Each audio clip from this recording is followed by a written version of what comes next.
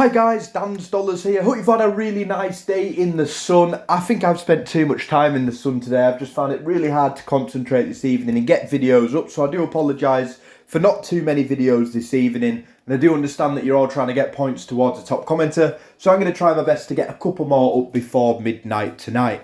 So whilst I wasn't sure what videos to come up with this evening, I did look at some old Christmas coins that I did actually purchase when I lived at the old house. It has been quite a while since you've seen some of these, and I really did think it was time to clean them up. I was going to make the video.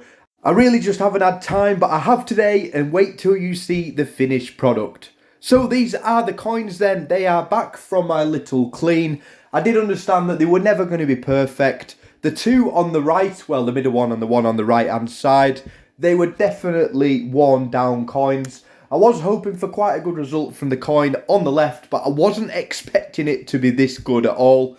Now, when we go back to when I purchased these, I did actually get them for £1.50 each. I got them off eBay. It was a really late sale. I'm sure the quality of the coin put everyone else off. I was the only person that bidded on them. But now that Christmas coin, the 1988, isn't looking too shabby at all. These coins do sell for around the £40 mark in good condition, peaking at 55 for perfect uncirculateds, and it nearly is as good as the EEC coin that I actually managed to pick up as well, maybe even better. And like I say, I am so happy with the result of that coin, both sides as well. And I can 100% guarantee you that you would not get this coin on eBay now for £1.50. Now, when it does come down to cleaning coins, I never really do say to clean them. It really can affect the coin's value. But these are in that poor a state of condition. I picked them up for £1.50. It really was worth the risk.